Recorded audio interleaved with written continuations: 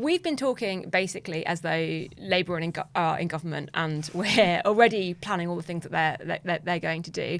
But we've still got a Conservative government. We've got a Conservative government for the next year and a half.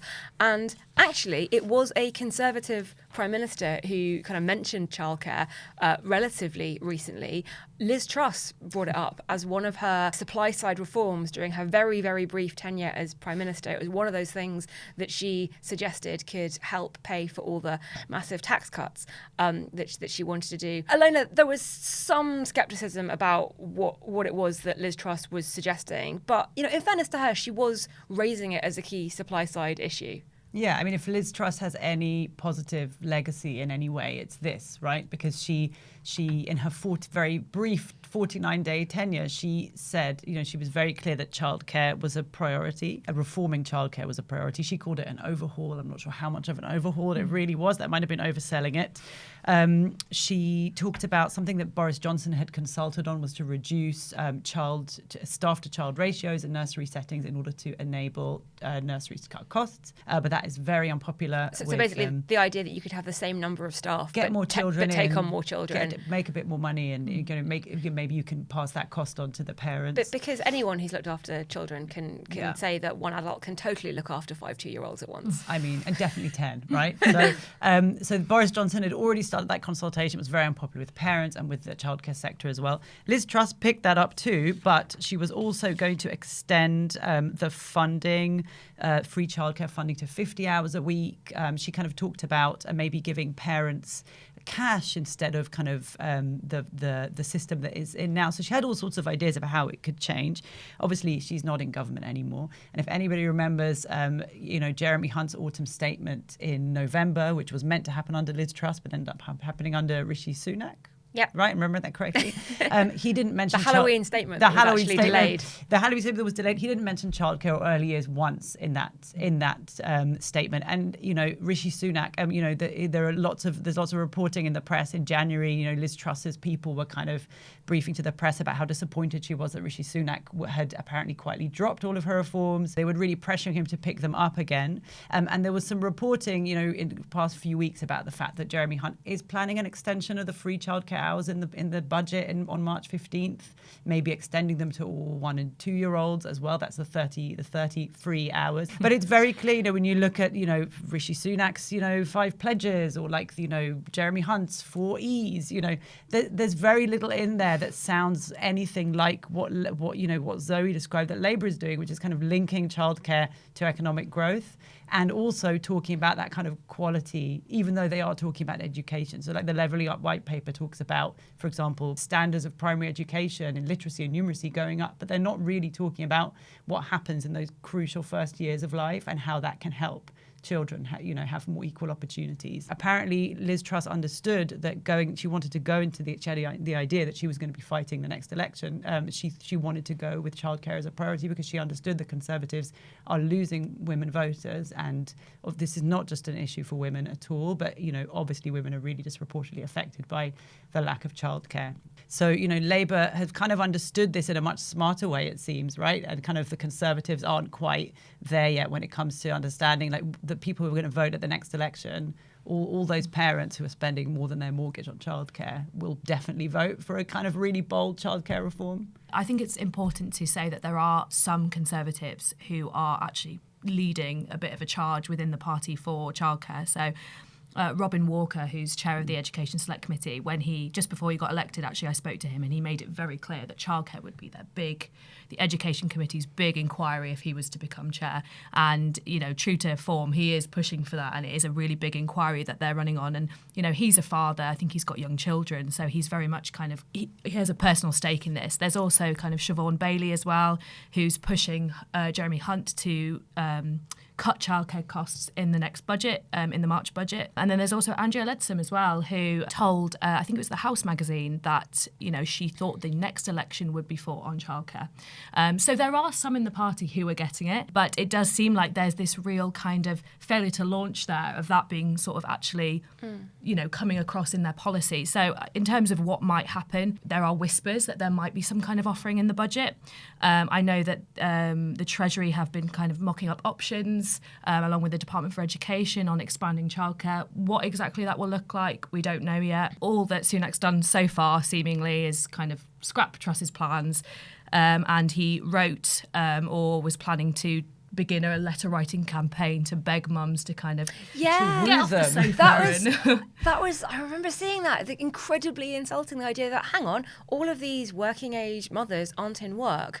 I wonder what we can do to tempt them back. I know, we'll write them a letter saying, please come back to work. I think most of those letters would probably go straight in the bin, to be honest. I don't think that'll go down well. But I mean, Rishi Sunak does strike me as a man who has never had to cancel an important work meeting because he couldn't get childcare for one of his daughters. I mean, they've got 2 kids, but he doesn't give the impression of ever having been put in that position, does he? It's a shame, because you don't want to, you kind of don't want to be like, oh, this is a man who's always been fine and had a nanny. But he does kind of give off that impression. And I think failing to hear both what Labour are saying, what the public are saying, and members of his own party, it doesn't really look good. And I think, hopefully we'll see something in the budget, but it's kind of yet to be confirmed. So I keep our eyes peeled there. Yeah.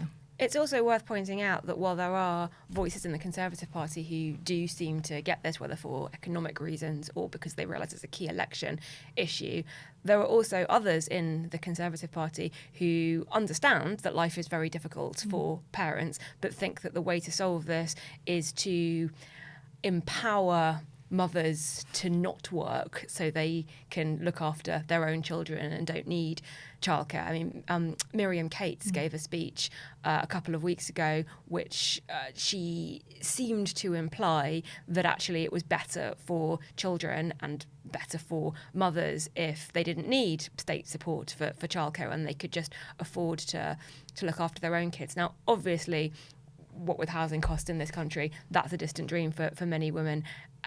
Anyway, the idea that you could exist with a child or more than one child on a single income, or indeed on no income, because single parents exist too.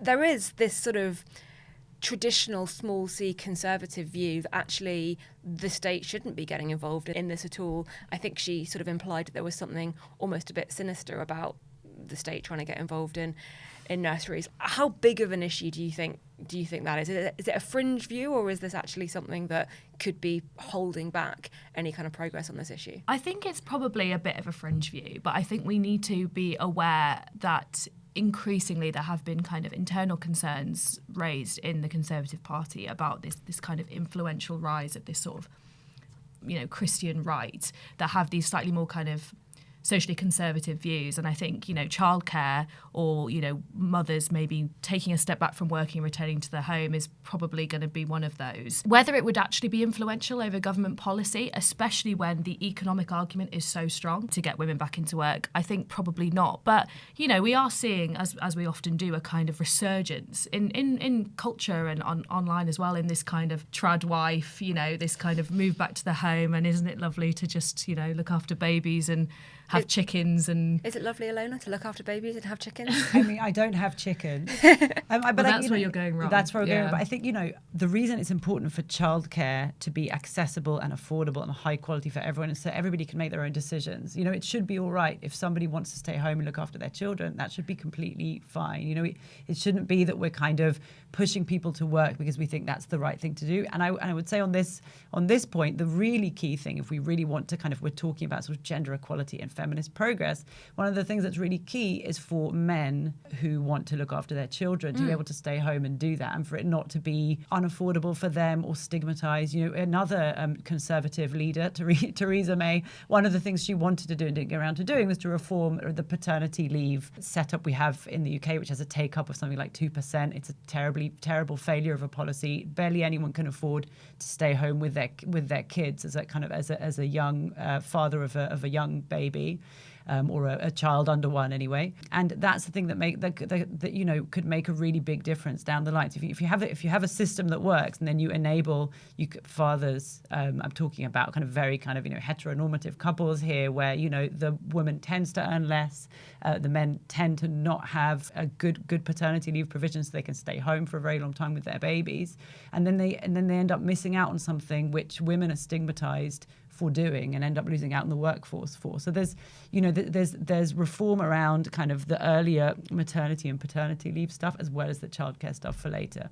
And obviously, you know, the kind of the Christian right thinking that assumes that it should be women who do it because it's natural for women to nurture and care for children isn't helpful for anyone, I would argue. But I would say that, you know, it should be possible if a woman does want to stay home, look after her kids, wonderful. It can be a wonderful thing to do if you want to do it. But the question is whether people feel like they are forced into it. You know, we did a survey last year. We asked about whether women are staying home because they can't afford childcare, and 70% of the respondents said yes, that is a reason that women are staying home. They cannot afford childcare. So it's not a choice. Exactly. At the moment, they're not choosing. So it's disingenuous to talk about, you know, how wonderful it is that women should stay and let's support them, when actually it's not really a choice for them if they can't afford not to. And you know, there's no way that their partner could do it instead.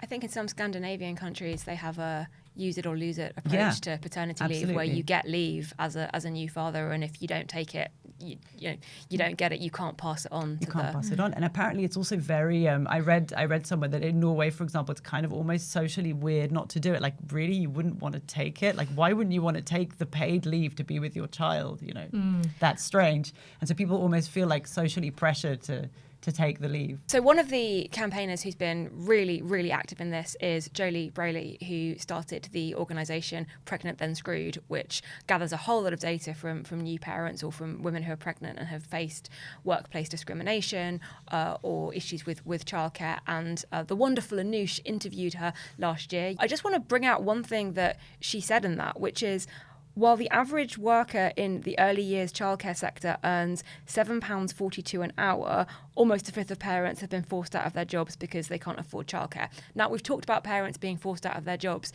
because they can't afford childcare, but we haven't talked about how low the pay actually is for workers in the childcare sector and how much nurseries have been struggling. Loads of nurseries have closed during the pandemic because they have such low margins, they just can't keep going. It's really easy to look at high childcare costs and go, wow, those nursery providers, they must be raking it in. But that's not the reality. It's not the reality. And I think also there's reporting around the government has admitted that it has underpaid those subsidies to nurseries for years. So there's all sorts of reasons why they're struggling beyond all those rising costs too. But I think a major voice missing from this whole debate, you know, Pregnant Then Screwed is an amazing organisation. Last year they organised thousands of parents to go out into the street. It was called the March of the Mummies. Which, by the way, is a terrible name. It's a terrible name. You thought it was a great name. I thought it was awful. I cringed. I went, okay, but you know, great. They got them out there. But it was Halloween, wasn't it? You're right. It's very clever. Play on Halloween, but still a bit cringy. But one of the things, and you know, overwhelmingly, we're talking about kind of middle class, you know, mothers, you know, who are standing up and making a case for themselves. And I am a middle class mother, so I'm not, you know, I'm like those women. But I think we don't hear from the many people working in the sector who are not unionised, who are earning very low wages. There's very little career progression, really high turnover. It's an incredibly difficult job. Anybody who spent any time with their child knows it's difficult and knows what a difference it makes to have somebody who is really good at that job. It can change a child's life to work with somebody who has the emotional intelligence to do that job. And you know, when a lot of the time when people are talking about the expense, like you say, Rachel, it's kind of you know, what about the kind of representation of those people who are kind of not earning enough for the job that they're doing already, which should be much more highly valued, right, as care work should be in general. Is it just that we undervalue childcare in the same way that we undervalue care in all kinds of other areas, because it used to be unpaid women's work, and so now we're paying women to do it, but we're not paying them very much?